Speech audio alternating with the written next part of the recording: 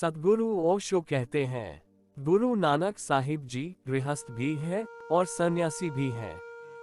गुरु नानक देव जी ने एक अनूठे धर्म को जन्म दिया है जिसमें गृहस्थ और सन्यासी एक हैं। और वही आदमी अपने को सिख कहने का हकदार है जो गृहस्थ होते हुए सन्यासी हो, सन्यासी होते हुए गृहस्थ हो।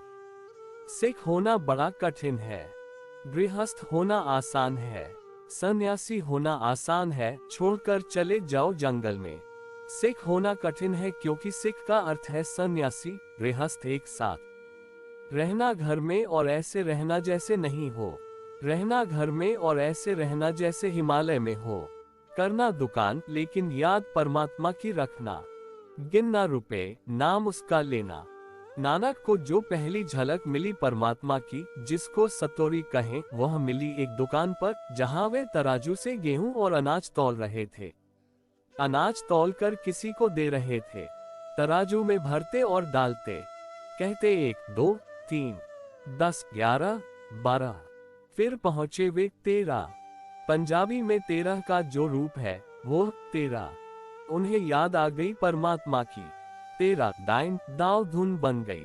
फिर वे तौलते गए लेकिन संख्या 13 से आगे न बढ़ी।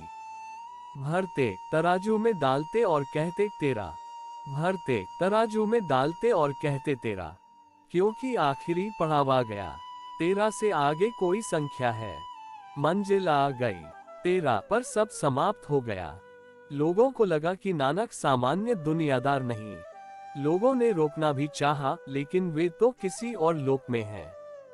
वे तो कहे जाते हैं 13, डाले जाते हैं, तराजू से तौले जाते हैं और 13 से आगे नहीं बढ़ते।